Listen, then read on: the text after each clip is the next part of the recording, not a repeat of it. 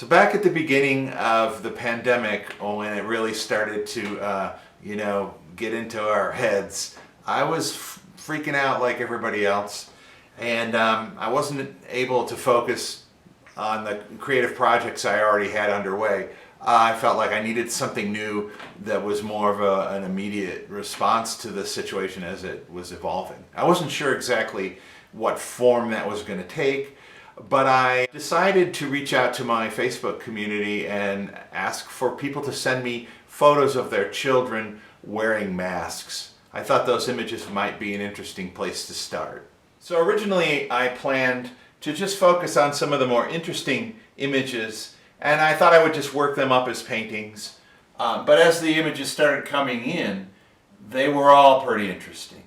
And I realized that if this was really about community or how we're connected, that I wanted to do portraits of all the children. So in order to pull that off in a manageable way, that the images also needed to be photo transfers that I would then embed into paintings. So starting with this image here, I wanted to eliminate the background and brighten it up. So I brought it into Photoshop and I did those things. At this point, it's ready to be printed out onto standard printer paper. I print it in reverse because this is going to be glued down onto the painting, and later the paper will be removed and the ink will be left in the painting and the image will be right reading at that point. So next I've taped the image down to a board, and I'm going over it with this gel medium product. It's essentially it's like acrylic paint without any pigment in it or blockers. And what this will do is this polymer will absorb the ink from the paper, so that later the ink will all be left in this film that we're creating right here. Kind of simultaneously, while I'm working on this, I work on the backgrounds that this is going to get put onto. So another thing I want to do at this phase is to nail down all the common visual treatments that will appear across the whole series. So I'm liking this drippy spray paint thing. I like the raw wood coming through. And in addition, I wanted to bring in some graphic elements. And I'm sort of liking the idea of using the Wall Street Journal daily index reports and embedding them right into the work. Here's a couple examples of some backgrounds that are a little further along, and you can see how they match up, and also they have the stock reports kind of in here. Another thing I wanted to do was bring in maps. I have all these, these things, these old school driving maps, really detailed atlases, and I've been cutting them up into different shapes that I can use to sort of also collage and give a little sense of how we're all connected. So you've got several layers of things going on here. Gel transfer, paint, more gel transfer, more paint, and collage.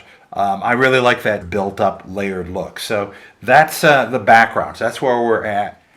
So the gel is now dried and the ink is actually bonded into the gel, which will get embedded into this surface here. So before we do that, what we've got to do is find some areas that we want to block out so that the background doesn't all show through. As for the look I'm going for, I'm using a crappy old brush that's kind of ruined because I like the effect that the brush strokes are sort of open and have a lot of texture to them. That's the look I'm going for. So what will happen then is after this dries and gets flipped over onto the background, this the brush strokes that I'm making here will show through the image, and it'll give it kind of a hand tooled or hand painted look.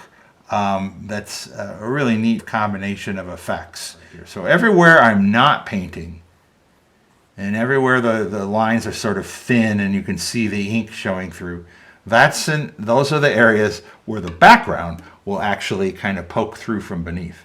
So you get varying degrees of transparency, and that's the look I'm going for. Now that that's dry, we go over one last time with the gel over the whole image. And this now is going to end up being a glue that will adhere the film to the substrate that we've prepared over here. So we can now take our image and lay it down on top. Usually I flip it over and I just square it up and it looks pretty good. Now I can use this, it's a squeegee type device, printmaking tool. And I start in the center and I move the gel out towards the edges, making sure it's real flat, no bubbles. That's about it, I'm there.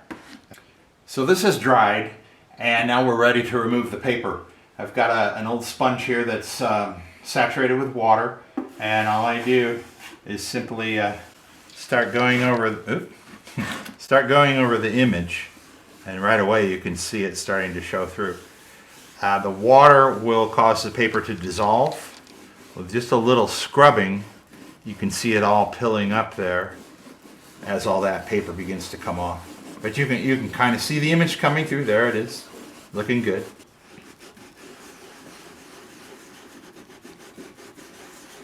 So here you can see the image is, I've gotten all the paper off and trimmed up the edges. And now I'm just kind of going back into the image to with color pencil and kind of just crisping up some of the edges and bringing a little more detail back in. So you've got here a painted background showing through. You can see some of the texture of that painting I had done on the reverse side showing through here.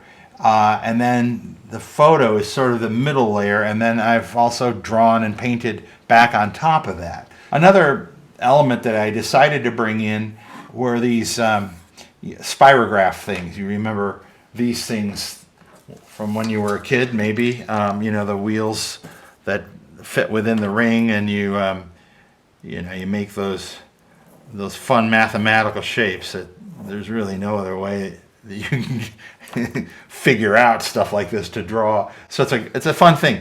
And I've drawn those on here and then kind of filled them in with color.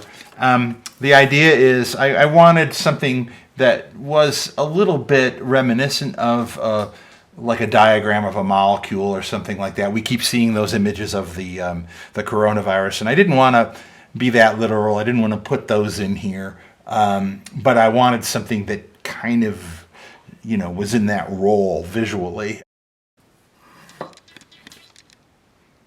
So you can see here's one that's already completed together with the new one, and you can see how they match up with the different elements spanning the portraits.